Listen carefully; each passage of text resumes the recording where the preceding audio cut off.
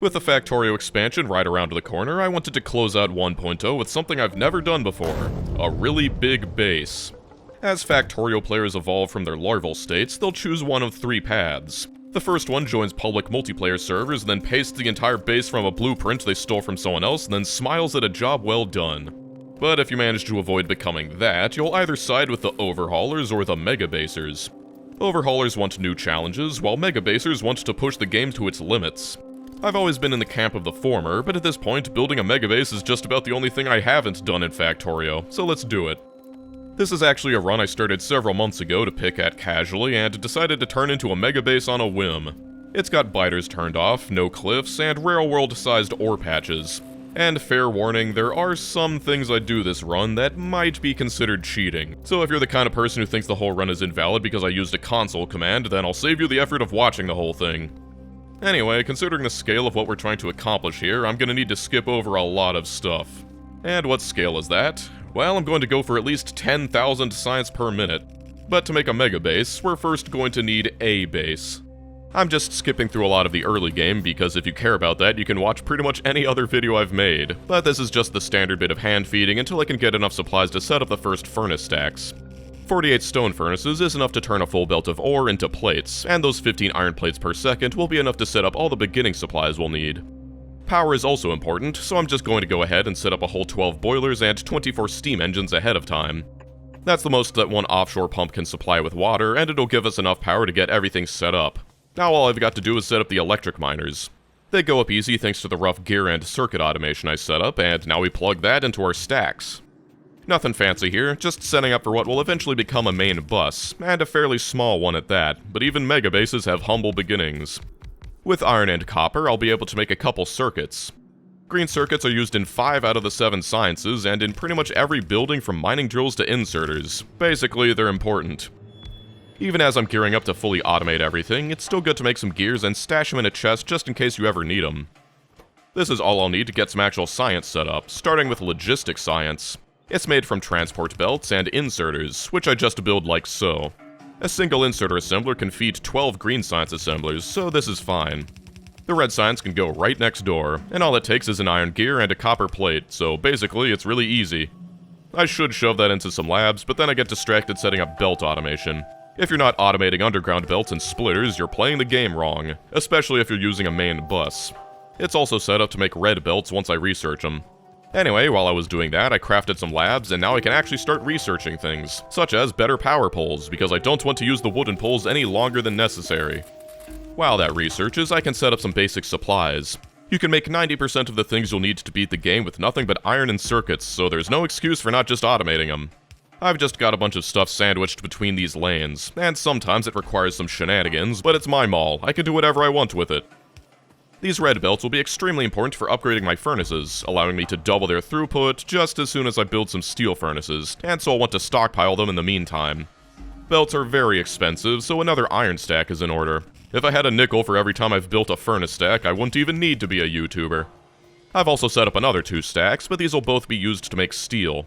Steel's made from iron plates, so routing the output of one stack into the input of another one will take care of it. That steel will let me build medium and big power poles, as well as tier 2 assembling machines. I probably shouldn't have put the power pole assemblers in the middle of the bus, but I reject your notions of propriety and revel in chaos. Next step is going to be chemical science, and that means automating a ton of pipes.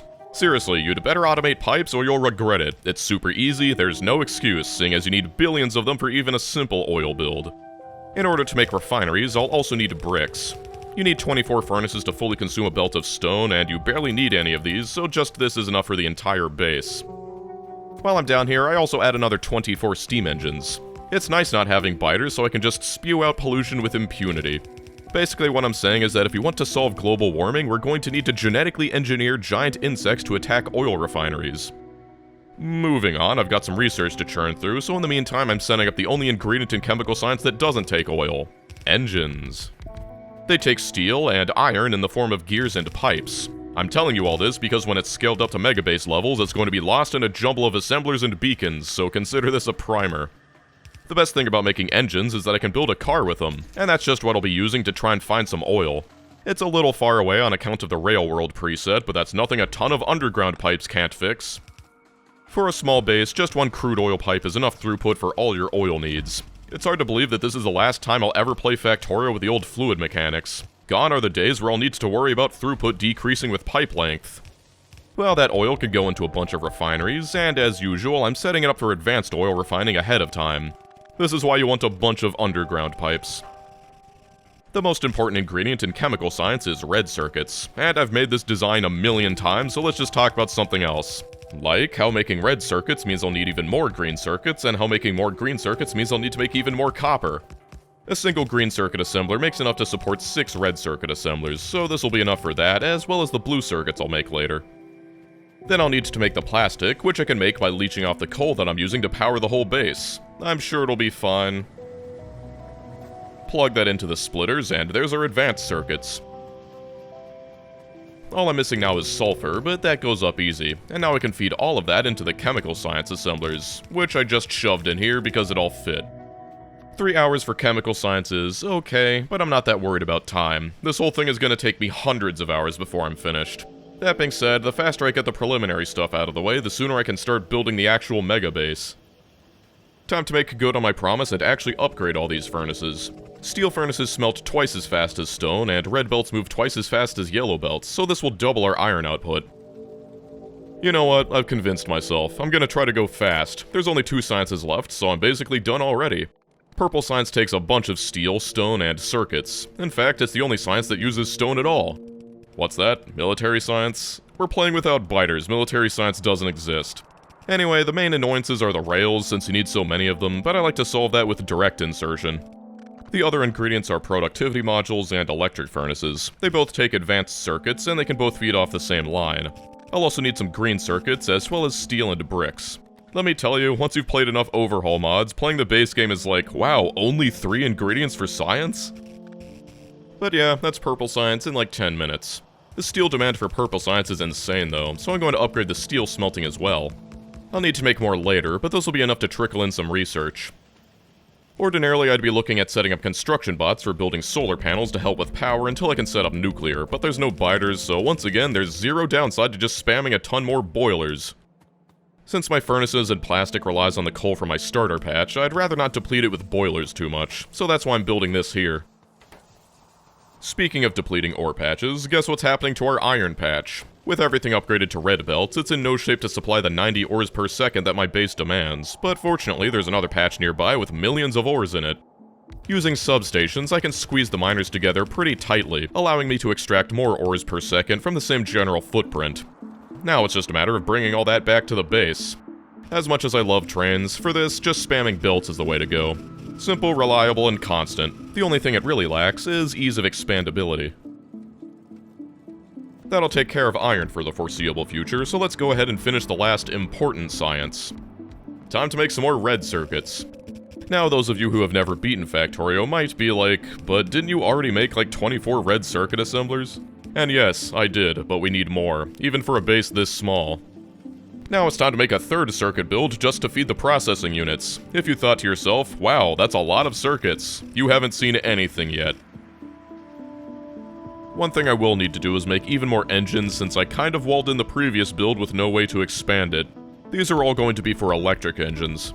Electric engines take some lubricant, which means I'll need to finally switch over some of the refineries to the advanced recipes.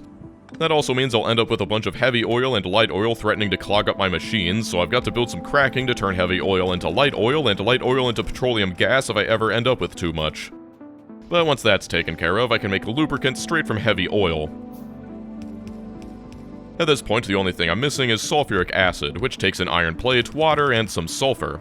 All of my oil is behind the furnaces, and so I just yoink some iron plates from the steel smelting.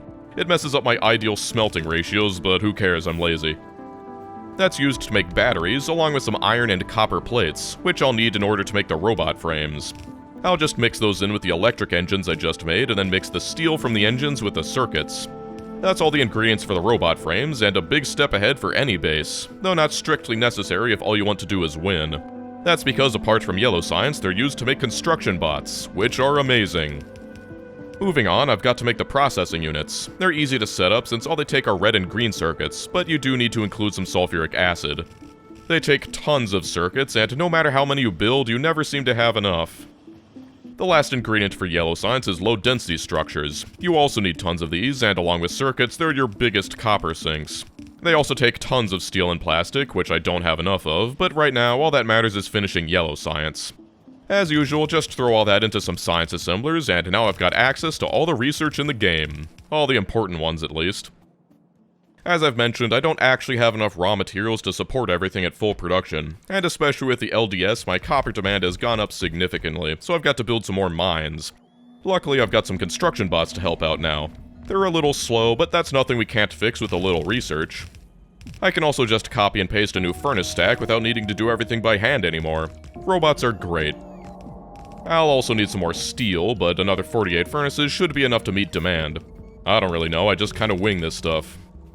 I could probably build a rocket in another hour or so, but I don't really care about winning. I've got a mega base to build.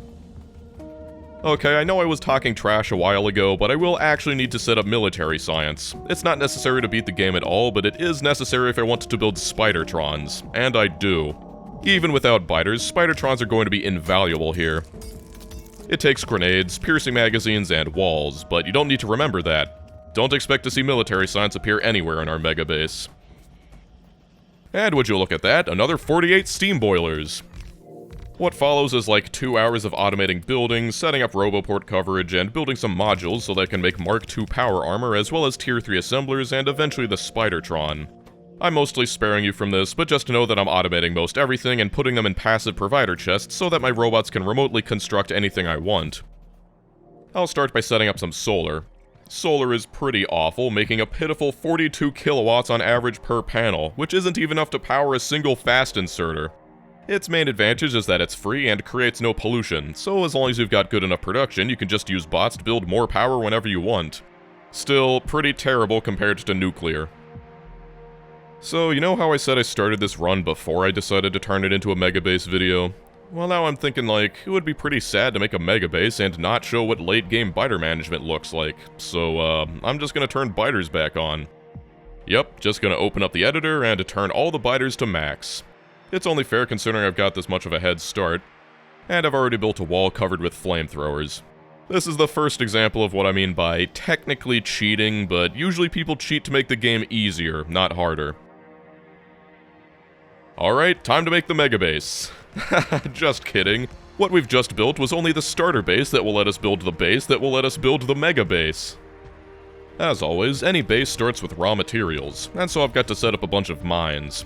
I'm using trains this time because we actually care about expandability now. Even with these larger patches, it's still gonna take a couple of mines to get enough ore for my base. It does take some extra effort, but it's very convenient when I can just attach any new mine to the same rail network and have it just work. I've got biters now, so I'm actually going to need to defend these things, but flamethrower turrets are so overpowered that this will be enough to keep my mines safe all the way to behemoth biters. At least as long as I've got some robots doing repairs whenever something breaks. In Death Worlds, you'd want something to automatically resupply the outposts for repairs, but since I'm switching over to solar and I've got efficiency modules in all the miners, I won't get that many attacks. There's iron and copper, which is a good start. Now I've got to build where all those trains will go. Some people like to smelt on site and transport the plates, but I like a centralized smelting area. The trains are a 2 to 8, meaning 2 locomotives and 8 wagons. That'll make it easy to unload 8 lanes of belts, which is going to be what my general level of industry will be based around. I've got one stop for iron plates, one for copper plates, another for steel, and finally one for stone. I'll turn these into blue belts later, but red is fine for now. Now we're graduating from steel furnaces to electric furnaces. Not only do they not require fuel, but they can also fit 2 modules inside of them. If you don't know what modules are, well, let's just say you're going to be seeing a lot of them this run. This design with 14 furnaces will be enough to output a full blue belt of plates once it's fully beaconed and moduled. Across 8 lanes, that's 360 plates per second. I'll also need some furnaces for bricks, and then a bunch more for steel, which is another 8 lanes, just because it's easy. As you can see, this is why you try to build a decent starter base before trying to build anywhere near this scale. The main bottleneck is the thousands of red underground belts that this design needs, but the advantage of letting bots handle everything is that I can just keep planning everything out while they slowly build it as the supplies become available. You can see the ores coming in, but we're still waiting on the belts. In the meantime, I'll get started on nuclear power. It's not something I can put off any longer, and that means making some concrete for the centrifuges and the reactors. My closest source of uranium is down here across the water, which I can access with some landfill, but connecting the land bridge would mean that biters can get into my base, so I leave a little bit of water between. We need sulfuric acid to mine the uranium and belts to bring the raw ore back to the base. Once I'm at the end, I can just span the gap with some undergrounds. I will still need to defend it, so that's why I brought a pipe of light oil as well. You barely need any uranium miners, so this is more than enough. Now I just need to process it in a bunch of centrifuges. Fuel cells require enriched uranium, which only has a 0.7% chance of being created every time you refine 10 raw ores. Fortunately, there's a way we can deal with that, but I'll need to get some to start with first, so in the meantime, I'm going to upgrade oil refining. This design is much like the other one, except that it leaves room for beacons later. That one oil patch definitely won't be enough, but it's nice to have things already set up ahead of time. Just like last time, I'll need a bunch more cracking, including the 3 wide spaces necessary to fit the beacons later. For some reason, I've always enjoyed the look of cracking builds. Anyway, I've actually got to build all the stuff necessary to make a nuclear reactor, and by the time I've stockpiled enough uranium, I'll probably have all the supplies I'll need to make one. Concrete comes in via logistics bots and requester chest because I'm lazy. Still working on oil products, it's time for plastic. This is very important because it's used in advanced circuits, and we're going to be making literally millions of those. I'm going to feed the plastic plants from the coal patch that we used to feed the steam power with before I switched over to solar. And look at those foolish bugs thinking that they can take on a single flamethrower. I'll worry about the other oil products later, I just care about circuits right now, and the bots have finally finished all the underground belts. For green circuits, I'm going to use the same design as I did for my End of the World run last year. I'm not copying it directly because I deleted that save after it kept screwing up my Steam cloud due to being like 1 gigabyte, but I remember it well enough. In fact, pretty much everything is going to be using the same general designs from that run, because this base is merely a transitory step and so I don't care about originality that much. That base was running off of 16 belts of input, while this one is only 8, but it should be good enough. Seriously, I just love the point of this game when you can just direct bots to take care of everything. I've got beacons planned in the build, but I haven't automated them yet because they drain tons of power merely by existing, and my solar sucks. Now it's time for the advanced circuits, once again using the same design as my other base from that other video, so if you care about that, you can go watch that one. But I'm building enough to fully consume all 8 lanes to make nothing but circuits. The reason will become apparent very shortly. Processing units go up in much the same way, leaching sulfuric acid from the starter base since they barely need any, and that gives me all 3 circuits. As expected, I've got power problems, but it's been long enough for me to get the supplies for my nuclear plant. It's also the same design from that video, and it's capable of outputting about 1.2 gigawatts on its own. That's right, I'd need to place nearly 29,000 solar panels to match this one blueprint. Since I have 40 chunks of enriched uranium, I can kick off the Covarex enrichment process. That'll allow me to turn 40 enriched uranium into 41, so I won't need to rely on random chance anymore. Very useful for large-scale nuclear like this. That'll take care of all my power problems for quite some time, so now I can focus on what's really important. Modules. Lots and lots of modules. Tier 3 modules specifically. Modules can be inserted into buildings to boost their capabilities. Productivity modules will make machines output an extra 10% per module for free, while speed modules will increase building speed by 50%. Without modules, I'd need 60 electric furnaces to fully consume a blue belt of ore, but with 8 speed beacons touching each furnace, plus productivity modules, I only need 14. Not to mention the extra 20% plates it gives. Modules are invaluable for any large base, but fittingly, they are extremely expensive. Using 100% of the circuits that this base can produce, I'll get somewhere around 20 Tier 3 modules a minute, and that's only after I've already fully filled everything with Tier 3s, so it's gonna take quite a while for the base to reach its peak. For now, I'm filling everything with Tier 1 modules. Honestly, the whole purpose of this base is to make Tier 3 modules. Science is more of an afterthought. I've also got to actually set up blue belts if I wanted to upgrade them one day. But with that, and module production up, I can relax a bit since at this point AFKing still means progress. That leaves me free to deal with other things, like the fact that all the areas I want to expand to now are completely covered with biter nests. The solution is an explosion delivery system I like to call artillery.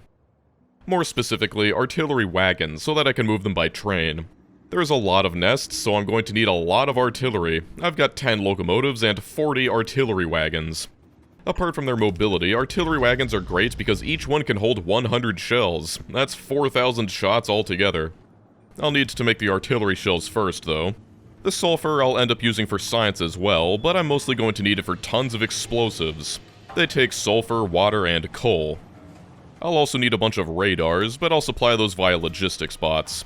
That leaves making the cannon shells with some steel and plastic, and finally I can start making the artillery shells. Now I just load those into the wagons, and after like 10 hours I'll have enough.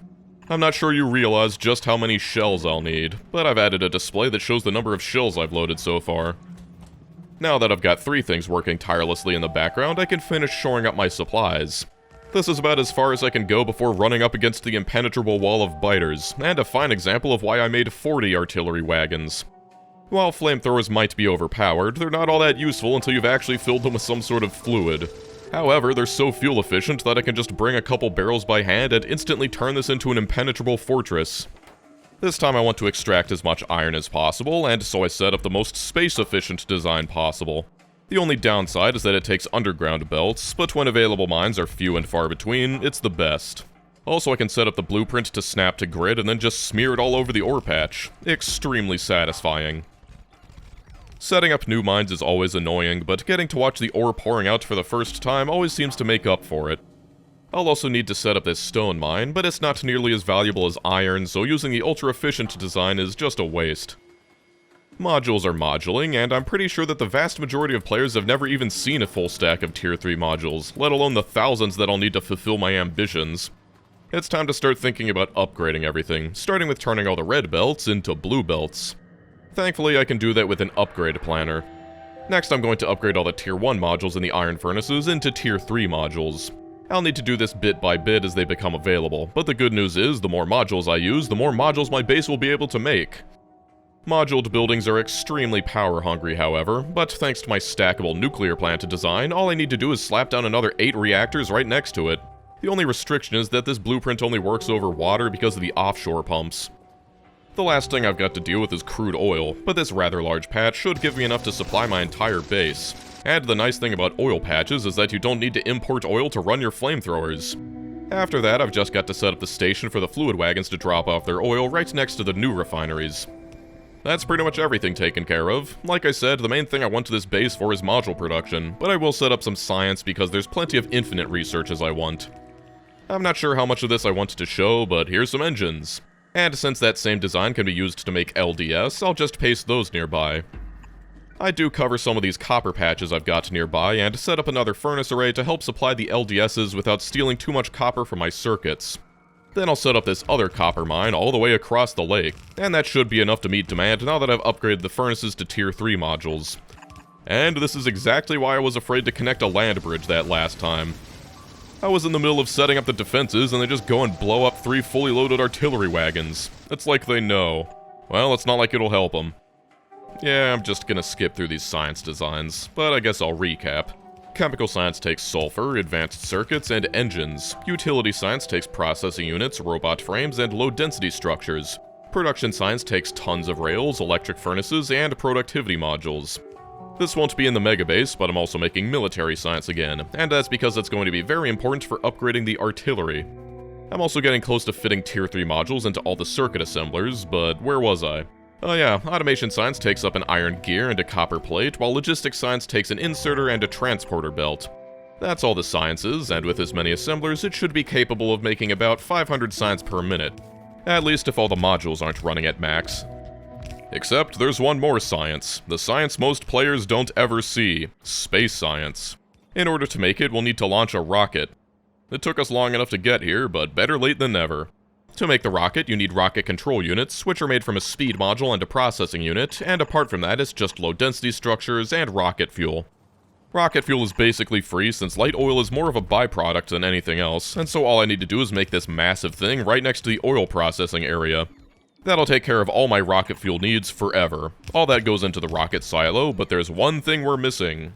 Just launching the rocket would only win the game. If you want science, you need to launch it with a satellite, which I haven't even researched yet. The recipe is really annoying, which is why 9 times out of 10 I just handle everything with requester chests. Now we build all the labs, and, well, we just build all the labs. Finally, we can launch that rocket. 23 hours. But I really couldn't care less about winning. This is about that beautiful white science. Shove all those colorful bottles into labs, and now I can research anything I want. Space science gives you access to infinite research, meaning you can research it as many times as you want. It's just the cost goes up exponentially. The main things are flying robot speed, mining productivity, and for us, artillery range and shooting speed. This is why I was holding off and using my artillery until now, but let me remind you that this is still the tip of the iceberg for building our mega base. We have got a long way to go. So many little things get cut out for time, so I'd like to give you an example of something I'd usually cut, which would be these oil trains constantly dying to biters because they need to venture out of the walls for a bit. It's funny because this is only a problem with small trains. If your trains are big enough, they'll have enough mass to blast through most biter squads, but not the case for these tiny oil trains. Speaking of trains, let's just watch these trains for a bit. Anyway, with 4 levels of artillery range researched, and enough artillery shells to solo the next World War, I think it's time to take this baby out for a spin. In order to not die after bombarding thousands of nests, we'll need temporary defenses, and that means bringing some oil with us. Oh yeah, I forgot that you can't use pumps on a train that's gone past a curve because of floating point values or whatever, so we'll need to add the oil tank to the front of the train. And here's this little thing that I designed in the sandbox. Let's call in the beast, shall we? Now that is satisfying, and the whole reason I wanted to add biters back. As soon as I force it to park, oil starts pumping into the flamethrowers and the wagons do their thing.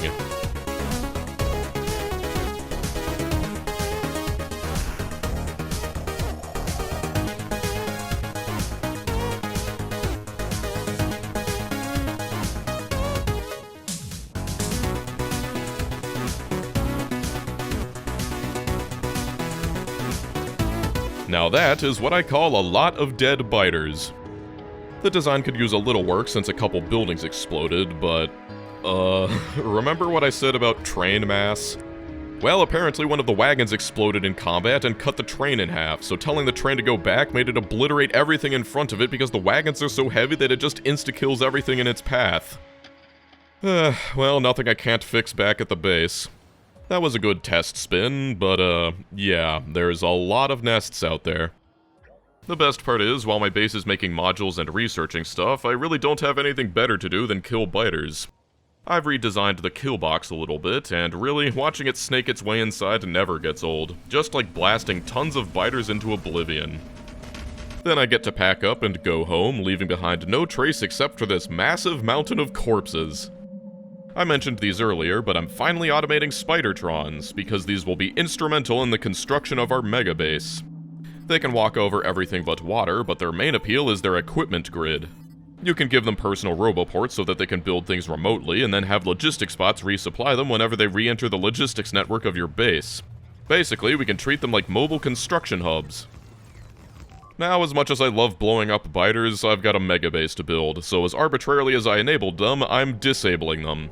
However, I think it's only fair that to truly get rid of them, I need to blow up all the nests that have already spawned. This just means that no more will spawn, but I've still got to engage in a quest to bombard every corner of the map. The reason megabasers don't play with biters on isn't merely because they're annoying to deal with, it's because when you're megabasing, you're fighting a much more fearsome opponent, your own computer. Megabases dance on the edge of lag death, and biters are notorious hogs for processing power, so if you want to build a truly huge base, they've got to be off just for the performance. By firing with manual targeting, I can shoot into unexplored space, and you can see that any chunk that hasn't been previously generated before the changes no longer spawns with biters on it. Now it's just a matter of cleanup. Of course, you get to see all this sped up, and get to pretend that it didn't take me several hours and like 40,000 artillery shells.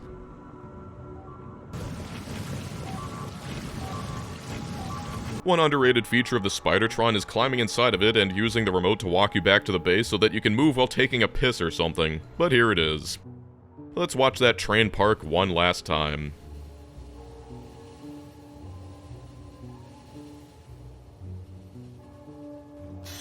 And appreciate blowing up the last remnants of the biter menace. There we go, absolutely biter-free. You might be thinking that this was an enormous waste of time, and yes, it was, but at least you got to watch some explosions. It took so long that I've nearly got 3 full chests of Tier 3 speed modules. And you know what? That's not even close to the total we're going to need. Okay, it's time to finally start working on the Mega Base. And just like the regular base, it all starts with raw materials. But I've got to think of how I actually want to design everything first. This is actually something I decided from the start. I want really big trains. Like, really big. I've always bemoaned how Factorio trains aren't more like real-life trains, and so to remedy that, I'm standardizing my entire base around trains 60 long. That's 10 locomotives and 50 wagons. To actually load that many wagons, I'm going to be using logistics bots. The mining drills will output directly into provider chests, and then the logistics bots will bring those to some requester chests around each wagon. Though with the number of bots I'll be dealing with, we're going to need a ton of roboports to charge them all. The advantage of doing it like this is that it skips needing belts, and the Logibots will naturally balance the available ores across all the chests, so when fitting it into 50 wagons, it'll make sure that they all get loaded at roughly the same rate. I've also got these indicator lights to show how full the chests are. Since this is far, far away from my base, this is where those mobile Spidertrons come in. I just have them set up to request a bunch of mining supplies from the base, and then I can control them with a remote and make them walk all the way out here and build everything. And yes, each one of these mines is its own separate robot network, and that means that each one will need its own supply of like 4,000 logistics bots. So a lot of people use these dual lane designs for rail networks where there's 2 lanes for each direction, and I think that's overkill 99% of the time, but it just so happens that this is the 1%. With massive trains 60 long, being able to move 2 side by side will massively increase throughput. At least, I assume. It's not like I've ever built anything at this scale before. Now I just need to set mines up for the other resources, and man do I envy you, viewer. You get to just watch me do all of this stuff instantly. The best thing about these Buildertrons is that you can use one remote to command other Spidertrons to follow a leader, and they can use only one remote to command that whole squad, which is what I'm doing for this group of landfill-carrying Spidertrons. All of this is to get me some starting ores to play around with, but I still want at least 2 iron mines and 2 copper mines. The actual number we're going to need is way more than this. Don't forget, I'm going for 10,000 SPM, and that base over there is yay big and making only 500 SPM. In fact, I've decided just now that I'm going to go for 20,000 SPM, because if I'm going to do it, I might as well overdo it. Also, I have very little confidence in my ability to actually design a mega base, so it'll make for some good overhead if this whole train thing doesn't work out. I'll set up some stone and coal mines as well, though it's going to be quite a while before I get around to using either of these. Then I'll set up this oil field, but I'm not that interested in doing any refining for now. I'm going to have my hands full with just the smelting. You have no idea. To start with, I'm going to need about 1 billion beacons, and so I've got this beacon-to-beacon assembler working around the clock. Why? Because say hello to our smelting build, and that I'm totally skipping to because of expedience and not because I forgot to record designing it. It uses direct insertion to move ore straight into a furnace and then straight into another wagon, thus eliminating the need for belts and limiting excess processing power. Each one of these has 100 furnaces, fully surrounded by 12 beacons. If you want to know why I've been saying this is only the tip of the iceberg, it's because we're going to need about 2,000 furnaces. And that's just for the iron. That's not all. One of these blueprints takes 1,200 Tier 3 speed modules. Just for iron, we're looking at over 24,000 Tier 3 modules. That's about 38 million copper plates. So yeah, is it starting to sink in? You might have noticed that there's nothing spanning the distance between the wagons and the furnaces. I could put 2 chests and an inserter to span the gap that's 3 wide, but there's nothing in the game that can span the 2 wide gap. Except for cars. Even if I could make both gaps 3 wide, which I can't thanks to rails being only placeable on a 2x2 grid, I want to avoid adding unnecessary inserters as much as possible. Inserters are one of the most significant UPS vampires in megabases, and doing whatever you can to minimize their use means more performance, which means you can make a bigger megabase without dying to lag. Using 3 inserters instead of 2 would mean an extra 10,000 inserters across all the smelting, and if I've got to use cars to avoid that, then so be it. The only problem is, cars are extremely annoying to place, so much so that I need to disable my exoskeletons to move slower, otherwise it'll end up skipping a few gaps. And this isn't, like, totally necessary, but I wanted to hop inside every car to turn them green, as well as fill them all with fuel so that they'd stop blinking at me. Altogether, this took, like, 20 minutes, and I've only got to do it a few hundred more times. At least you can see it working. I'm starting to wonder if making designs so huge that they can't even fit on the screen was a good idea for the video, but we're doing this. These landfilltrons are really convenient, but what really annoys me is how the robots try to place the landfill at the ghost the furthest away from the Spidertron, which means more travel time and more energy wasted. Since they take like 10 minutes to fully recharge after their batteries have been depleted, not wasting energy would be nice. Fortunately, once the expansion is out, they'll start building the closest thing instead of the furthest. Now I just need to repeat the process of walking the Spidertrons back to the base, walking them all the way out here, and then pasting the next section. As much as I'd love to do this with Roboport coverage, it's a little unreliable this far out. Also, I want to shove these builds together really closely, but Roboport coverage feels really tiny when you're working on this scale. That's not to say I shouldn't have designed around total coverage. It probably would have been easier in the long run. I just didn't like how it limited my designs. Also, I've got to place all the cars again. There is some UPS considerations with container size as far as I remember. There's something that requires inserters to scan backwards through every slot of a container to check for items, so the larger your container size, the more it needs to check. Meaning that these cars with 80 slots are using more resources than steel chests with 48. But again, I don't know if that's been addressed. It's been years, and I'm not really up to date with all the latest Megabase tech. So, am I gonna place all these cars by hand? Well, it took about 20 minutes each stack, and I'll need to make about 80 of these. Yeah, I'll tell you right now that I am not spending 30 hours of my life placing cars. I don't want that, and you don't want that. So instead, I'm going to use the editor to clone all the cars and place them on top of the new stacks. This is the main thing I was talking about when I mentioned cheating, but this is the only way I'll retain the will to live while using this design at this scale. Besides, it's not that different from blueprints, and it's not like I'm copying anything but the cars. Now let me introduce you to the Nightmare of Rails. I want to make it so that the trains can go on any of the tracks when exiting the forges, but the most important thing is to make it so that the signals separate the different lanes. Otherwise, a train going east could stop a train going west because the game thinks that they're trying to enter the same block even though it's impossible for them to ever intersect. Except, I can't place chain signals here. Curved rails only have like 2 places where you can place signals, and so there's several orientations where it's just impossible to place a signal. You'll be happy to know that this has also been completely fixed in the upcoming expansion, but that doesn't make it any less annoying here. Seriously, not being able to place signals where I wanted them was the bane of my existence this run. Anyways, I've always felt like it's not a real base unless it's got concrete, so here's some concrete. On more serious matters, I'd like to introduce you to what I'd like to call the next 100 hours of my life. Remember how much I was trash-talking solar? Well, it might be trash, but it has one advantage that nuclear doesn't have. It requires virtually 0 processing power. Nuclear, you've got to calculate the heat traveling along the pipes, the water going into the exchangers, and the steam going into the turbines, but solar is just, how many panels do you have? Don't get me wrong, they're still awful, but this one feature catapults them to S tier for megabases. The only problem? Well, by my calculations, I'm going to need about 2.4 million solar panels to meet the demands of this base. Don't forget the additional 2 million accumulators that it'll take to maintain power through the night. While those build up, I start building some of the furnaces intended for copper plates. I'll need about 3,800 furnaces total, which means pasting this blueprint 38 times. But I'm not going to concentrate everything in one line. I'm going to make an array of about 1,000 here, and then try to place the other furnaces close to where they'll be needed to ease traffic. It's funny how I can orchestrate all of this without ever moving my character. I've been standing around the base for hours, and all I need to do is queue up a bunch of movements whenever I want the Buildertrons to set up another furnace array.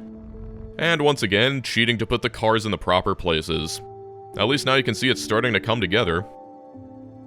Here's another bane of my existence. Water. The sheer amounts I'm going to need to cover up to fit all the solar panels I'll need is probably also in the millions. And this is why you don't want your Spidertrons to run out of charge. Bots are very stupid, and in order to make it so that they can actually get to where I want them to build, I'm gonna need to put a bunch of roboports down to make sure that there's constant coverage, otherwise they might get stuck in an infinite loop trying to reach something that's too far away. Another thing that's being fixed in 2.0. This coverage diamond is the most convenient way to make sure that there's a wide field of coverage, because it is going to be wide. Now I can finally start pasting my solar blueprint. I spent way too long making this design, which is intentionally a little bizarre because if I'm going to be pasting thousands of these, I at least want them to look interesting from the map. I was just a little obsessed about making a tileable design that uses offset solar panels. It's also near the perfect 0.84 ratio of accumulators to solar panels, which is impressive considering how weird it is. So this whole clump of solar panels is about 3.3k. A little short of the 2.4 million we're aiming for, but at least I can just paste this blueprint from time to time and just let the bots handle everything. I'm going to add some space between each row of 5, just to keep it from becoming one incomprehensible blob of solar. Right now I'm in a beautiful harmony. While I wait for beacons and furnaces to build, I work on solar, and while I wait for solar to build, I landfill things. And while I wait for more landfill, I paste furnace arrays. Repeat ad infinitum, and you might just end up with a mega base. Landfill, furnaces, solar. Landfill, furnaces, solar, ugh. Well, I've got 1,000 iron furnaces and 1,000 copper furnaces, which is a start. That leaves steel, and I was at a loss of how to design it because the only way to give both furnaces 12 beacons and insert directly into the wagons is to have 4 tiles between them. Problem is, you can't span 4 tiles with a car. You could with a tank, but a tank is too big to fit in between the beacons, and I can't make the builds any taller because it's already perfectly as tall as a cargo wagon. So I relented and used undergrounds. It makes me sad, but what are you gonna do? I didn't need to make an iron furnace feed directly into a steel furnace. I could have used the same design as iron and copper and just shipped in iron plates instead of ore, but that would have meant needing tons more trains, and the added congestion from that alone makes this far superior. This one needs 2,000 speed 3s and 400 prod 3s. That's right, an entire chest of tier 3s goes into this one blueprint. That's not to mention that the beacon's merely existing drains 500 megawatts. To make 20,000 signs per minute, you need to have about 3,100 steel furnaces working around the clock, so it's going to take a while. Unfortunately, I can't just cheat in the cars because the designs don't line up anymore, so in order to copy the cars to the other steel builds, I'll need to first set it up manually. I love these long trains. After watching them snake around, it's hard to find normal trains impressive. Traffic is going to be a major problem, however, because both the inputs and the outputs need to share the same rails. There's just no way around this, and that means that an empty ore train can stop a full plate train from leaving. It really hurts because this is the one issue keeping this design from being godly, but once again, the upcoming expansion would have completely changed this with its elevated rails. After building this mega base, I think I've encountered every annoyance that they aimed to fix. This video took so long to make, I actually beat Space Age as a beta tester, and man do I wish I had all those features. The good news is that even with 12 speed beacons each, 2 furnaces per wagon means a single train won't need to come and go that often. Or at least, I hope. I've expanded the solar assembly line a bit in order to reflect the sheer number that I'll need. I'm making like 300 panels per minute now, which should be a good pace considering how long it's going to take me to finish the mega base. There's no point trying to rush it, because even if the whole base were finished this moment, I'd still be waiting on modules, so between that and the solar, it's gonna be one of those leave Factorio running in the background kind of runs. Somehow this single worm managed to survive all my bombardments and doesn't like that I'm building a massive solar farm over its house. Well, too bad. I'm going to make the solar farm out of 5x10 blocks made out of the original blueprint. Each one is about 33,000 solar panels, meaning once I finish these 3, I'll almost have my first 100,000 panels. Only 23 more of those to go. God help me. By the way, I'm still pasting down steel blueprints whenever I've got enough beacons, but these things take time. Maybe I should have built a bigger base. Even with a bunch of infinite robot speed research, the construction bots are being forced to cover some insane distances. I can help that with buffer chests. Extremely situational, but I can set a request like a requester chest so that logistics bots will bring items to them. And unlike requester chests, their contents are available to construction bots, so I can keep a constant stream of logibots bringing supplies to the front line. This is extremely useful, because without it, it would take literal hours for a construction bot to slowly place all the roboports, since they can't build the next section until it already has coverage.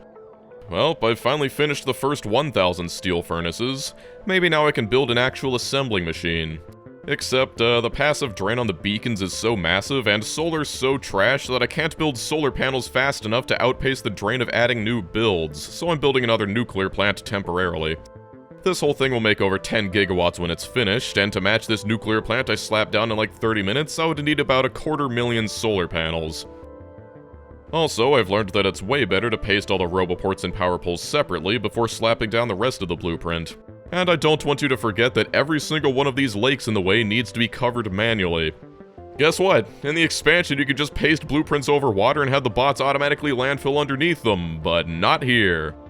I'm sure in the future, Megabasers will look back on this video like horse-drawn carriages. How did we ever survive back then?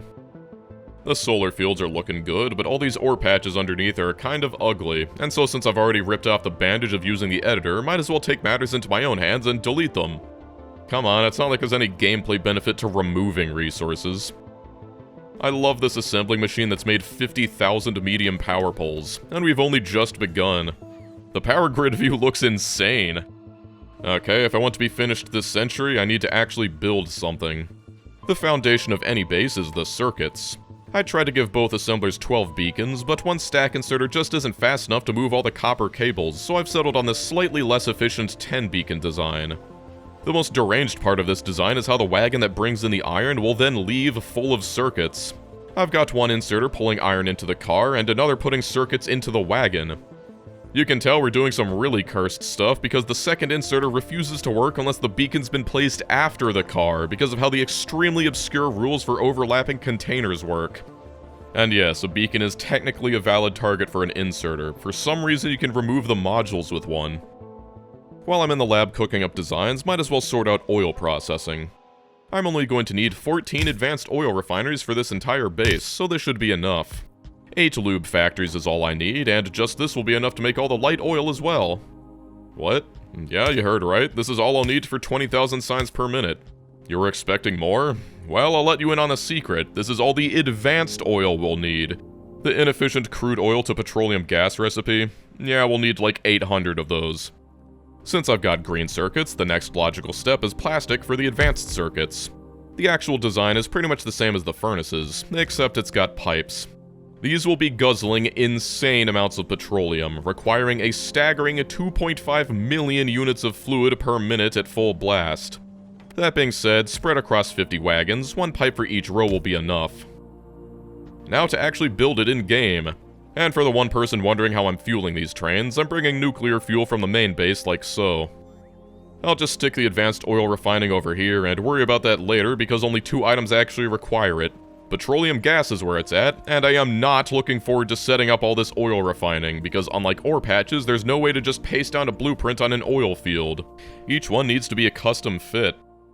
Basic refining is much less efficient than advanced refining, so why are we using it? Well, that's because, like many things this run, while it might be resource inefficient, it is not computationally inefficient. Using all advanced refining might require nearly half the crude oil, but it would require hundreds upon hundreds of extra chemical plants to crack it down to petroleum, which is not an insignificant UPS cost. We'll need even more because all the solid fuel for rocket fuel will be made from petroleum as well. Way worse than the light oil recipe, but because all it takes is a single refinery to make, it's the best in this situation. The crazy thing about refineries is that you can surround them with 16 beacons. Also, this one oil patch can't make nearly enough oil to supply all of these, but we're planning on having several levels of mining efficiency research, which boosts production by 10% with each level. Also, it's a terrifying indicator of how much of my life I've spent already, but constantly making modules has its costs, and despite starting with over 10 million ores, most of the patches for the normal base have already been depleted, so I've got to make more. Not what I want to be focusing on when I've got a mega base to figure out. At least since there's so much coverage thanks to the solar panels, I can just do this all remotely for once. I've set up some trains for the furnaces so that they can start buffering full of resources. It'll take a while, but might as well, seeing as it's going to be quite some time before the base turns on for real. And the quest for solar never really stops. I've become desensitized to the fact that I'm pasting down about 100,000 solar panels at once. It's like brushing your teeth, just routine at this point. But it is interesting seeing the patterns the bots build in.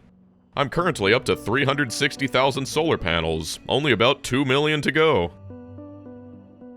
Finally expanding the megabase, it's time to set up the plastic. And let me tell you, in hindsight, this is one of my biggest regrets.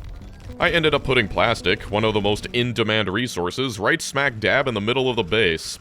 That's a problem because not only does it require a lot of coal, but it's going to need a new petroleum train every 40 seconds. And considering it takes like 10 seconds just for one of these behemoths to leave the station, that means a lot of time when it's blocking other trains from entering or exiting. Once again, something elevated rails would solve entirely. I'm doing my best, but it's really hard to anticipate these problems when you're designing it for the first time. It's not like you can test small scale when the entire crux of the issue is scale. When you compare them side by side, it's hard to believe that that nuclear plant over there is still putting out more power. Now for the circuit build. Since it's also a unique build, I'll need to place more cars manually again. But don't forget, I can't place the beacons until the cars are down first. To make it so that I can just run and drag the cars, I'm filling the empty space with radars. Maybe I should have forced all my patrons to join and place all these cars for me instead of resorting to cheating. Delegation is almost automation, but that would have required talking to people. I'll need about 600 of these total, and making those thousands of furnaces seems to have broken my brain because I'm like, that's it? I make 650 just to be safe because I realized a problem. Unlike the furnaces, the design that brings in iron and leaves with circuits can't have a buffer. To make 20,000 SPM, I'd need 600 assemblers running constantly. But without a buffer, they won't be able to run until a train leaves and a new one arrives, which will take like 20 seconds altogether. I'll solve that the same way I do many things in my life, and pretend it's not a problem while promising to deal with it later. Like I said, I'm going into this megabase with zero practical experience, but as I build more, I start thinking about some strategies. The biggest consumer of copper are these circuits. The entire output of these furnaces could go into them and it still wouldn't be satisfied, so I just make a straight line into the copper input of the circuits. So yeah, that's where the next 1,000 copper furnaces are going. I'm not fitting all of these with modules yet because I've only made a meager 50,000. Basically nothing, really. Here's the latest solar update. I'm getting over 20 gigawatts, which already makes this the largest solar farm in the world a couple times over, if only it were this easy in real life. The circuits will also need more than 1,000 furnaces worth of iron, so here's the next furnace array. Before, all my furnace builds have been facing north, but this one I paced south. That's because it'll output straight across from the input of the circuits, then the circuits will output the empty train straight across from the entrance of the furnaces. It's a beautiful cycle. Thinking back on it, since they're so important, I probably should have made the circuits their own section far from the rest of the base and just shipped in the finished stuff, but hey, it's my first time building a mega base. I'm sure some mega basers out there are watching this video and cringing from all the things I'm doing, but hey, at least it's interesting. And does anyone else find it kind of disturbing that I can skip like 3 hours into the future and not much has changed apart from a couple more solar panels? At least we're approaching something one might call a base. It can make circuits, so we're already 50% there. That was a joke, we're not 50% there. Also, it's a little sad, but the starter base is dying. It still uses steel furnaces, which are bad because no free plates, but I rely on it for several things I was too lazy to rebuild in the second base, so I've got to put it on life support. There's enough space between the plastic and the iron to fit the rest of the petroleum products, so that's what I'm gonna do. Only snag is that it's gonna take an ocean's worth of water to keep everything fed. Makes me wish I didn't landfill that lake nearby. Oh yeah, removing landfill is another thing you can do in 2.0, but I can just bring it all from over there with an insane amount of pipes. Part of me is going to miss needing to run like 20 pipes in parallel when the expansion hits. The two things I need are sulfur and sulfuric acid. To make it so that I don't need any extra trains, even though it's like 3 times as many total sulfur plants I need, I'm just making 50 in one lane and then another 50 that go right into the sulfuric acid. The sulfur will be loaded into wagons to be sent to chemical science once I build it, and the sulfuric acid will take some iron plates then load onto another train. Since sulfuric acid is a fluid, it might have been better to just build it next to where it was needed and just use pipes, but it's here now, so we're doing trains. When it takes like 3 hours to set these things up, modifying these builds becomes a lot less appealing. Since we're going to need petroleum gas for both, I've got 2 special stations that will buffer another 2 trains so that they can instantly roll in when one train is depleted. Train buffers are another factor I'll need to think about, but later. This one also needs its own custom car setup, but it's only 1 row, so it's easy, or rather, tolerable. Here's a preview of what it'll look like when this base is actually functional. Now that I have plastic and acid, it's time to move on to the rest of the circuits. Advanced circuits craft really slow, and so directly inserting into a wagon isn't really feasible. Plus it would require moving copper cables by train, so we're going to need to use belts here. I forgot to record building this, but that doesn't matter because it sucks, and that's because it uses splitters, which are terrible for UPS optimization. Turns out it's hard to fit 3 inputs and 1 output into a tiny space, but this is just as big as I can make it since it still needs to maintain the proper height for the wagons. And making it any wider means it wouldn't be affected by all 12 beacons. I experimented with some alternatives, but they were even worse. And after workshopping the original design with some patrons, we managed to come up with this. The copper cables need to squiggle back and forth because that's the only way to fit an inserter and an underground in that space. The other underground carries the green circuits and plastic, while it outputs onto a line above. Except that line needs to be red so that it can weave with the cable belt. Since it needs to be red, it actually doesn't have enough throughput, so we need to make the last assembler sideload with a belt. Normally it's one cable assembler to 6 advanced assemblers, but thanks to the extra 40% from the productivity modules, we can supply 8 assemblers. And this is my favorite obscure tech, but see how we need to unload ungodly amounts of cables? Even with 4 stack inserters, it can't unload them fast enough to supply all 8. But counterintuitively, if I reduce the hand size and make it pick up less cables, it increases the throughput, and that's because it's getting stuck waiting for room on the belt. That gives it enough to keep all 8 assemblers constantly working. I can do the same thing to the unloading inserters. 2 inserters set to 12 leaves gaps, but if I set the second one to 8, suddenly it perfectly saturates half a blue belt. Magic. The copper will be unloaded directly into a car, and that means it'll have a buffer. I can add chests to the other trains, but I'm wondering if that's worth it, so instead of doing that, I just add another train stop so that the wagons can be the buffers. Ideally, there will always be a train stopped here so that they can swap out when one empties, but who knows. I'm not sure that this is that much better than the alternative, but it'll work since the second one won't be able to unload on an already full belt. That being said, the inserters don't seem to sleep when they're trying to drop on a full belt, so maybe this is actually really bad. Whatever, I did the same thing for the output.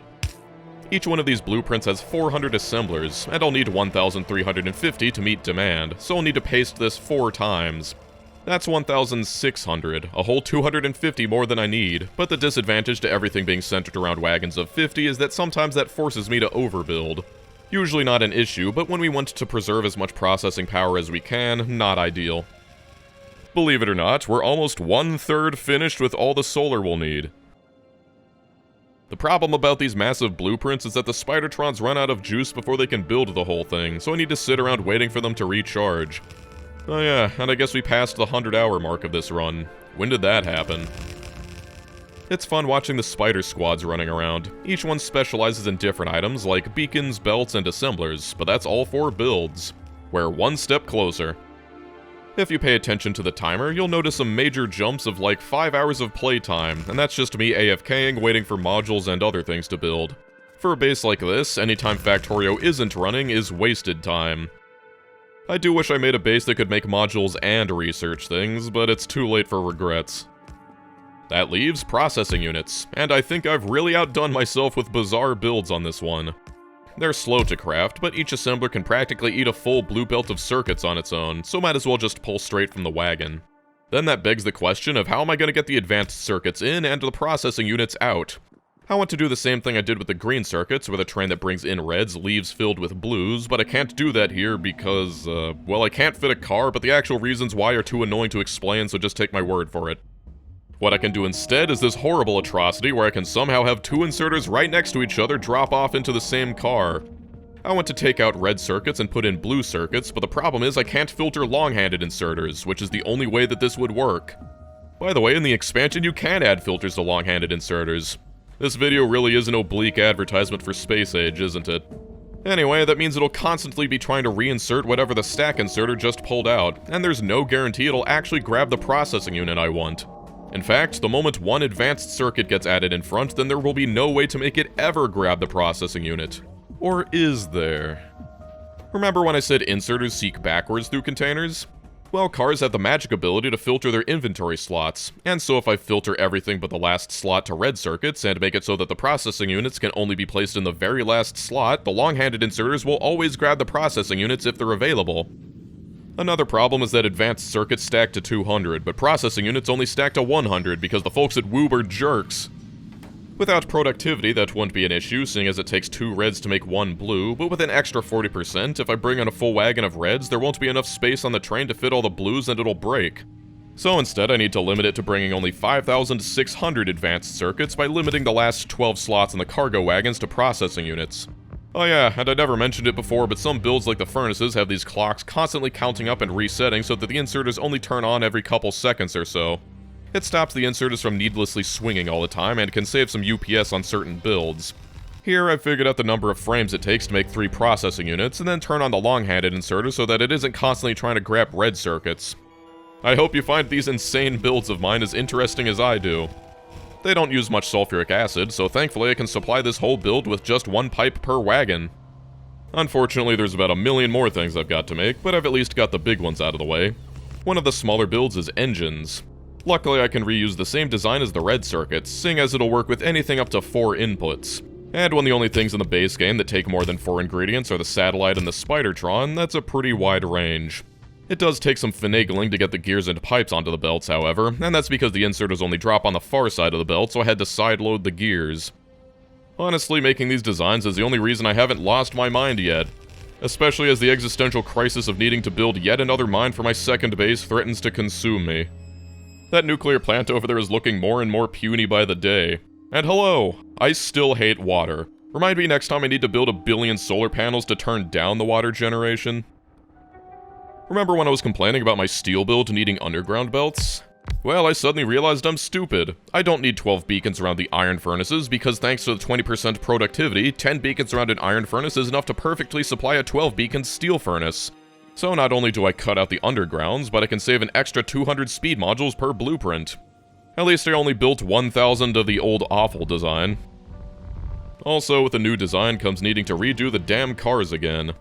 The reason I was thinking about steel is because the last major product is low-density structures. It's not the biggest consumer of steel, but it still needs 800 furnaces alone. The real fun is the 1,500 furnaces worth of copper they take. I can reuse the design, but I can only fit 4 assemblers per row because they eat so much copper that this is the most one blue belt of copper can sustain. I need 1,000 of these, and that means pasting this blueprint 5 times.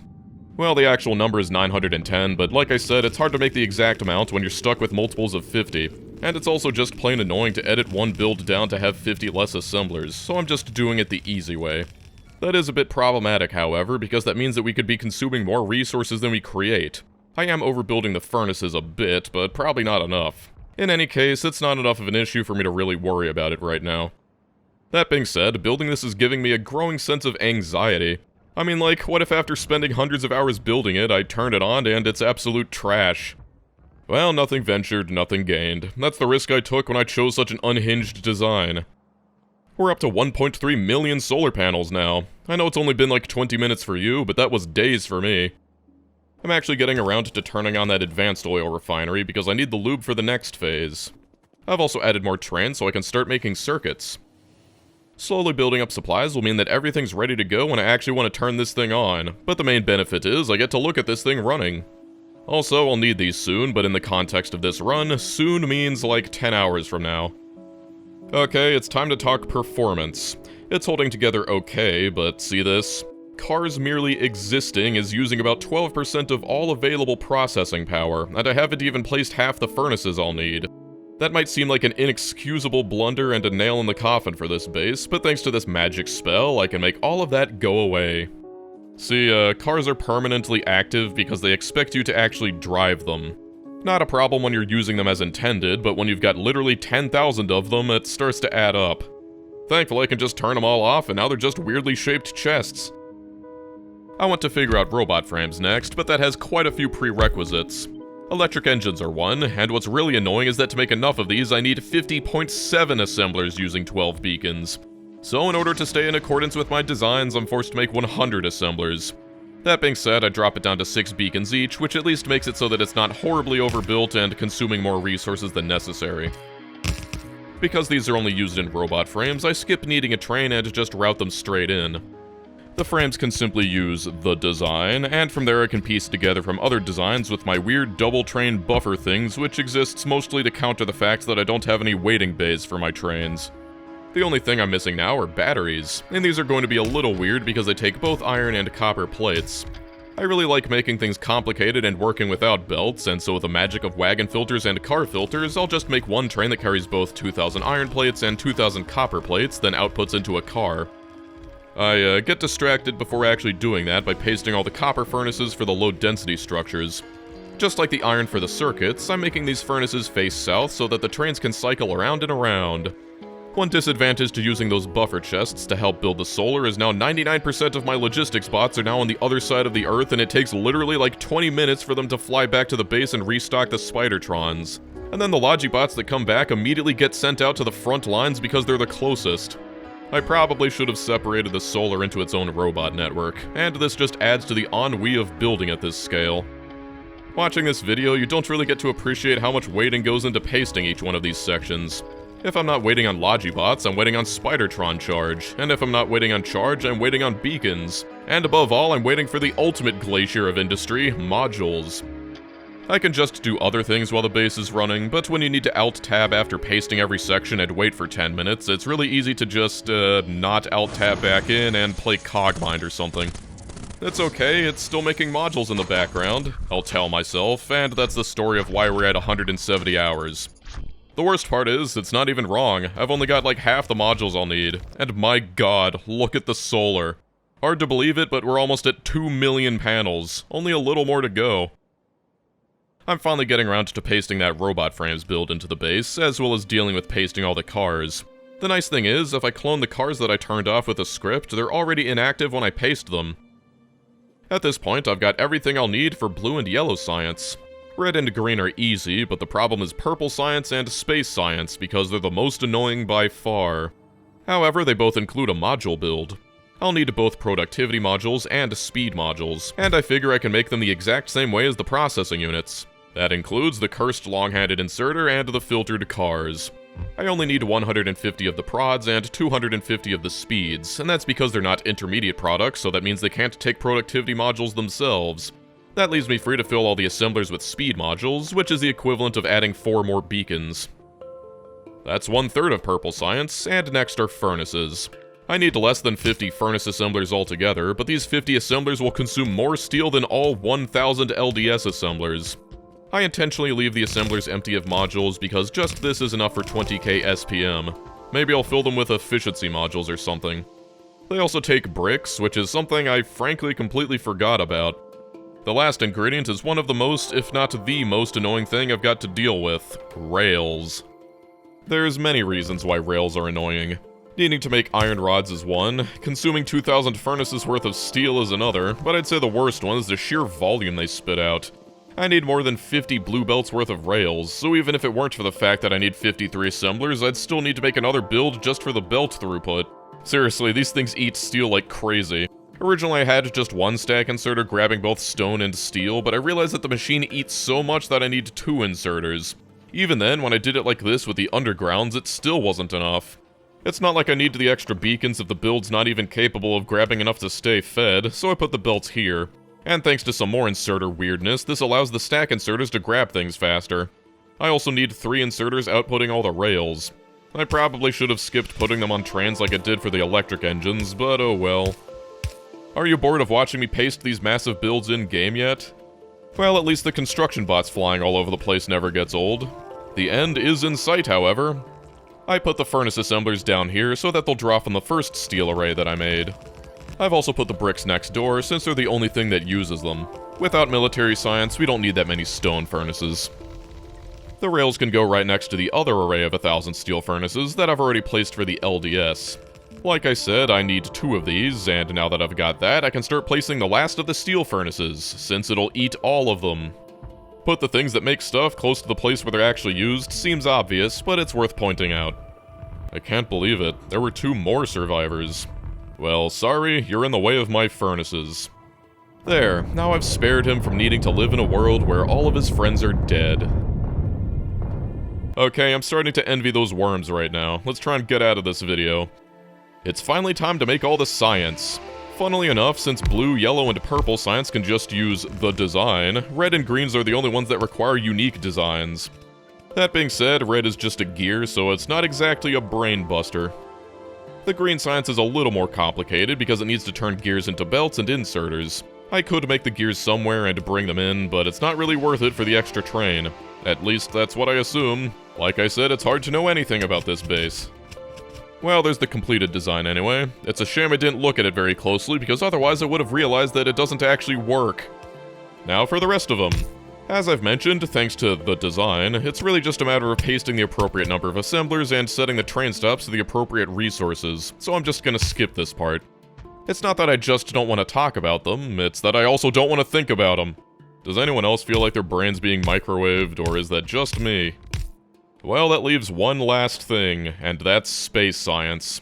We've already got the LDS, and the rocket control units can use the same design as the automation science. But that leaves the rocket fuel as well as the satellite.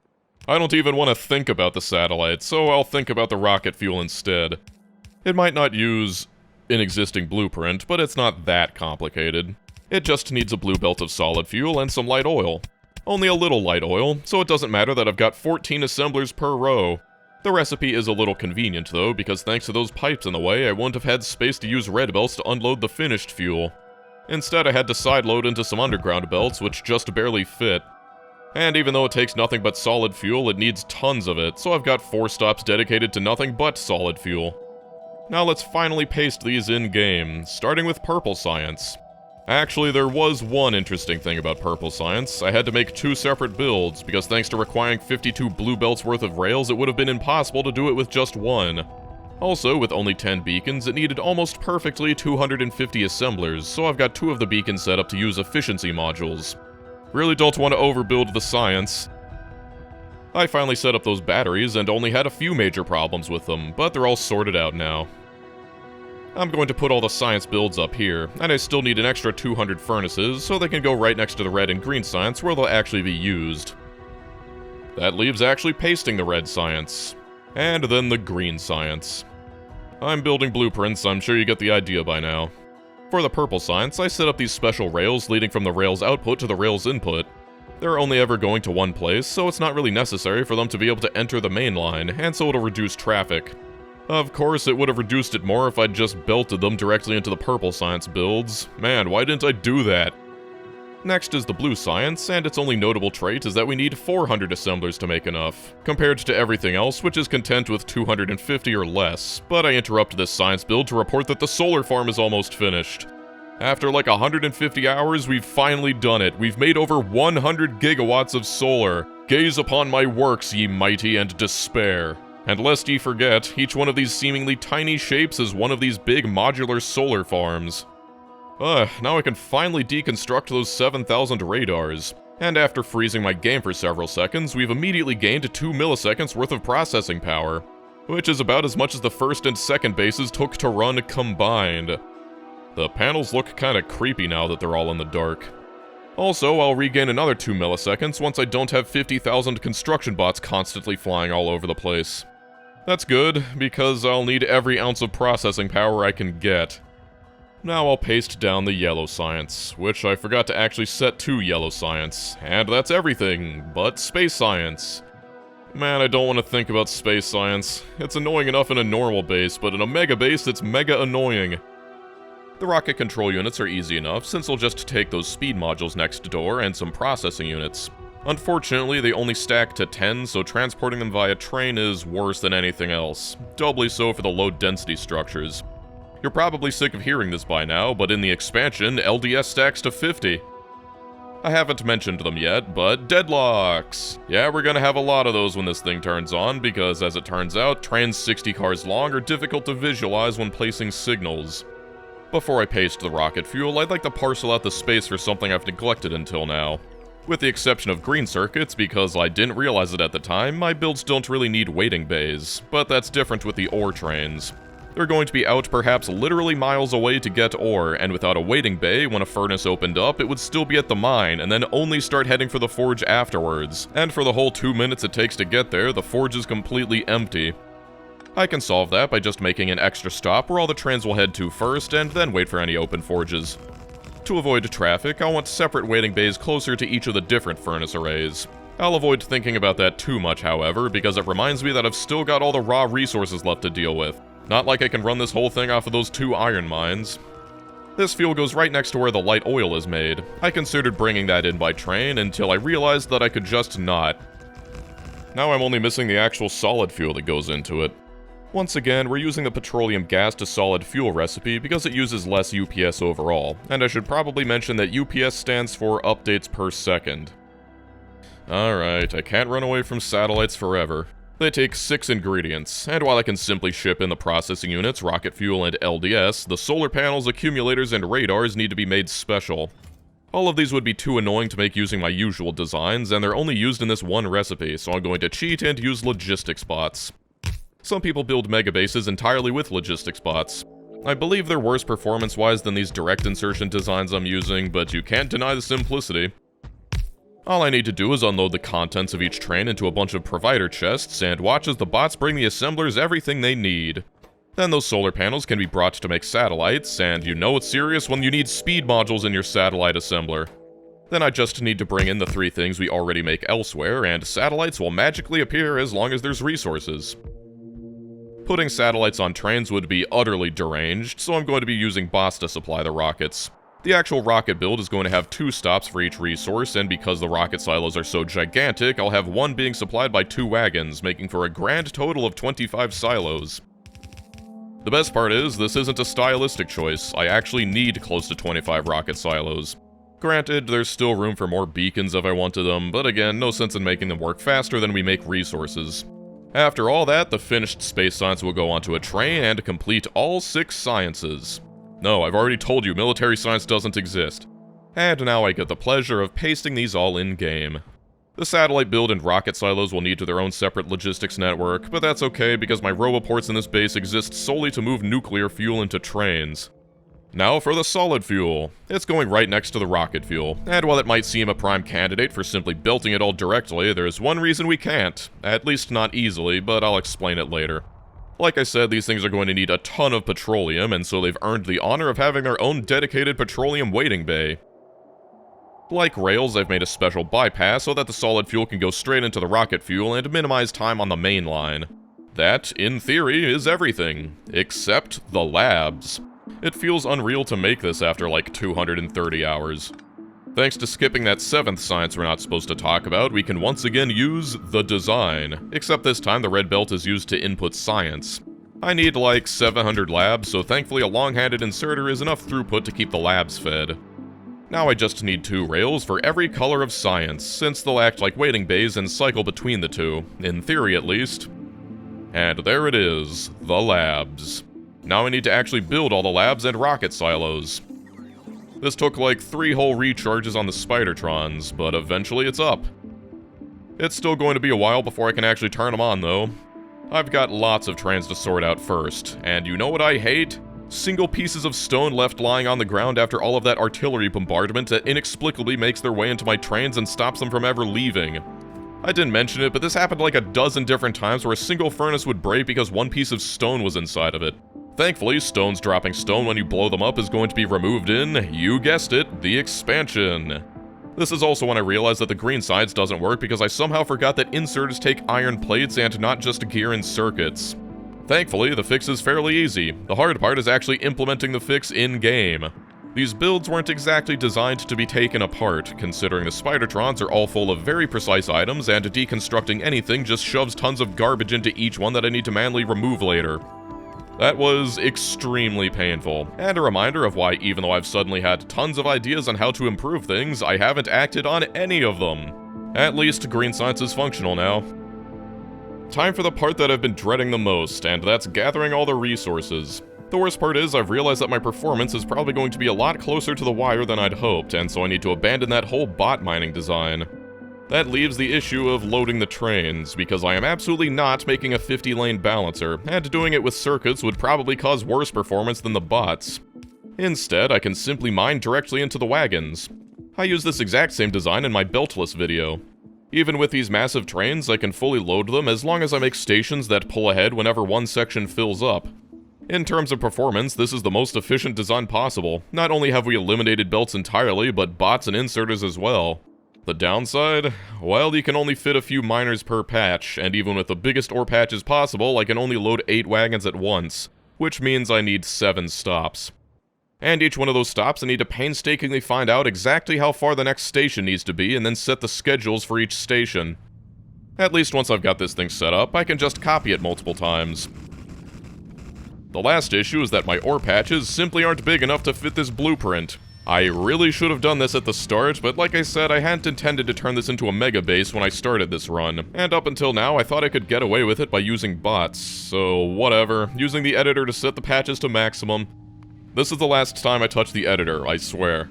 Now any new chunks we uncover will have a chance to contain the better ore patches, and the unfortunate consequence is, now I need to go even further out to get the usable patches, so that's my punishment, I guess. It's funny that even without biters, this artillery train still has a use for revealing massive swaths of the map while scouting for ore patches. Not all of them are eligible, but there's definitely some usable ones in there. Even with the biggest patches possible, I'll only be able to fit 3 lanes on each patch. Now I've got to make it so that trains 60 wagons long can sit in front of and behind the patch. I'll also include a waiting bay, because that's the only way to ensure that they're working constantly. You know, the building is massive when you need to place 3 radars simply to be able to copy the whole thing from the map. Even with tons of mining productivity research, I'm still going to need like 1,500 miners to make enough ore, and considering I can only fit 96 miners on each patch, I'm going to need a lot of these patches. That's not even accounting for the fact that they won't be able to work 100% of the time thanks to needing to wait for the trains to advance to each station. The good news is, you don't need to sit through pasting every single one of these outposts. I'm just using that waiting bay to stage new trains. If I'll need 1.5k miners running constantly, I'll need 15 trains in the stations constantly, and that's not including the 40 I'll need to fill all the furnaces. Plus, taking transit time into account, we're going to want at least 60 trains for iron ore, and that's just the iron. I've been filling up the furnaces with modules when I can, and it's incredible that I'm even close to having enough modules. Amazing what you can do in 200 hours. Here's a demonstration of the mines actually working. That's a third of the iron mines, and because there's going to be so much traffic, I want to make each one of these staging zones separate.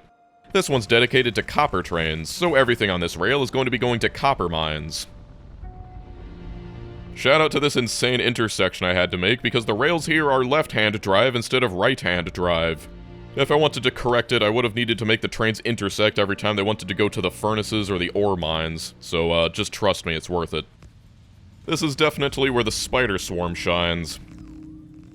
Okay, that's a start. I'll need to add more later, but why not move on to the horror that is the petroleum gas? Thanks to the massively boosted resource richness, these oil wells are fast enough that I won't need to worry about the pumping rate anymore, but still, I can't just use the same blueprint every time like I can for the miners. I can, however, attempt to standardize it. By setting it up so that I've got 25 separate pipes and 25 columns of refineries, I can reuse the refinery portion every time so long as I plug oil into each of the pipes. Routing the pipes is the most annoying part, so just doing that cuts out like 80% of the work. The only snag is, much like the mines as well, not every oil patch is eligible. It needs to be one with at least 25 wells, but with 150 refineries each blueprint, I'll only need to do this a mere 4 more times. At least that massive triangle of pipes looks neat. Since they take completely different materials, I'm building these refineries in tandem with the copper mines for the west side of the base, and even with my multitasking, it still takes hours. I've already got 2 waiting bays for petroleum gas, but with how precious they are, I'll need even more. So now I'm adding a waiting bay for the waiting bay, and by now I've realized how awful it is that I put the plastic here, and so I try my best to mitigate it by giving it a dedicated rail line. They also need to head down to the solid fuel. Time to paste 1 million petrol trains! The advanced oil refining doesn't just make light oil, it also spits out petroleum gas, which is more of a waste product, but I'll need to get rid of it if I want to keep it from clogging up the light oil. So over here it makes solid fuel, and then the first station at the rocket fuel will be dedicated to using the fuel from this stop, meaning it'll get consumed before everything else. I think I can confidently say I have never seen this much solid fuel in one place. Okay, I've still got several mines to set up, but I think you get the idea by now, so let's just ignore setting up the southern iron as well as the coal and the stone mines. I needed like 200 of each, which is like 2 blueprints, but whatever. What really matters is that simply because I set up all the trains while I was building all the mines, all the rockets have been built. When you start one of these projects, this is a moment that feels like it will never happen, but here it is. All I've got to do is insert some Logibots into the network, and it'll make all my satellites. Those get taken to the rockets, and I've got this combinator hooked up to all the inserters so that I can turn them all on at once. But this is what everything has been leading up to.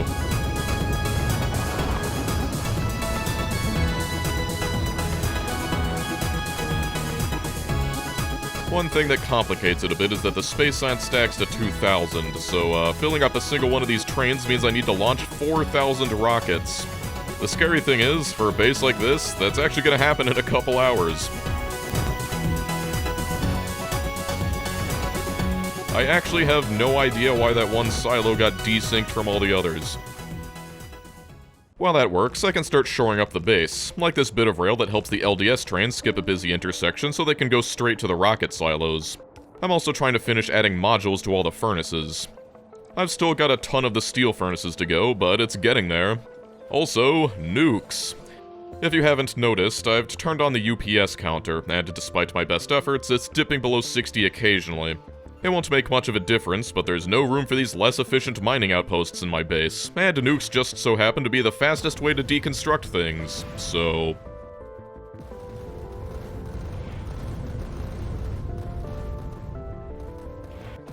Oh my, what an absolute massacre. Well, the ends justify the means, and if you're detracting from my UPS, you're part of the problem. Well, after the Great Roboport Massacre, plus deconstructing all the Roboports in the solar farm, I've managed to recover about 0.5 UPS. Might not sound like much, but that's 3 whole frames per second. With everything almost filled, the numbers are in. 300,000 Tier 3 modules total, and 5.1 million speed module ones. That is a lot of modules. The space science trans haven't fully filled yet, but I can't wait any longer. I need to see these labs in action. There we go. Thanks to the extra 20% productivity in the labs, about 24,000 packs worth of science research per minute. That's enough to research every technology in the game in 3 minutes. This is beautiful with disco science, but unfortunately that mod's got to go because it's costing me another 4 frames per second. What I need from this research is lots and lots of mining productivity. The numbers I cited for how many miners I'll need assumed a humble 500% productivity bonus, and that means we're not even mining half as much ore as we need yet. Every level costs 2,500 more than the previous level, but it gives an extra 10% ore. Basically, that means that level 50 mines 5 times as fast as usual. I mentioned them earlier, but deadlocks. Oh god, deadlocks. It was so much worse than I could have imagined. I completely overlooked the fact that rail signals outside of the crafting lanes could allow a train to leave, block all 4 lanes, and then park. Basically, that means I've got to replace pretty much everything with chain signals, but that significantly reduces throughput since only 1 train can be on most sections at once. Pretty much all of these need to be dealt with manually, and so my life was standing here for hours and alt-tabbing back in every 30 minutes to see if there was a new deadlock I had to fix. I don't have footage of it happening, but I know for a fact that some trains managed to crash into themselves, then block everything with train shrapnel. And then trains trying to route around it would somehow get even more stuck. Like, why did this train even go in here? Why? However, after hours and hours and several small improvements too numerous and insignificant to name, everything's finally finished. Everything has modules, we've got enough solar to power everything, and it's stopped deadlocking. Mostly. We've also got enough mining productivity to keep up with the base, and above all, I've got a train filled with 4 million packs of space science. Now I can finally sit back and enjoy the fruits of my labor. Some might wonder why you would even want to build a megabase. I mean, once you're past enough mining productivity and robot speed, it's not like you're getting anything else out of research apart from an arbitrary number. And yeah, I'm inclined to agree, considering this is the first real megabase I've ever made. But working at this scale has its own unique challenges. I'm not sure I conquered them all to the best of my ability, but at least it's functional. And besides, where else would you go to get views like this? I know I've been quoted as saying that it's not a real base without concrete, but after all this, I just couldn't bring myself to cover everything without Roboport coverage. I have learned a lot though, and even though I intentionally tried to squeeze everything together as much as possible, I should have added some more empty rail space for trains to wait on the line. As is, pretty much everything is either an intersection or an input or output of some station somewhere. Certain designs could use some work, and I should have planned out the placements of buildings a lot better, because the rocket fuel needs to travel up and down the entire base through the busiest intersection to get to the rocket silos. Taking all of that into consideration, though my theoretical max is 20,000, I've been averaging around 11,000, which is... it's alright. Let's be honest, when was the last time your base made over 10,000 science per minute? But still, it means there's a lot of inefficiencies. Even though this was meant to be a send-off for 1.0, part of me really regrets not using this design in 2.0. Elevated rails would have changed everything. At the end of the day, science per minute is just a number, but you know what's more valuable than that? This. Watching this intersection for hours and hours. I really couldn't care less about how efficient this base was, because this whole time I've only had one true goal. Make a base with the busiest intersection possible and the biggest trains I've ever built. So on that metric, I consider this an absolute success. Still, makes me wonder how it could be even better with elevated rails, but there is always next video. Hopefully after watching this, you understand why this took me over 2 months to finish. As always, many thanks to my many lovely patrons for funding these videos and extending their boundless understanding despite missing my self-imposed deadline several times in a row. But if you're anything like me, seeing these trains makes the whole wait worth it. So thanks for watching, and stick around because the next video is going to be all about Space Age.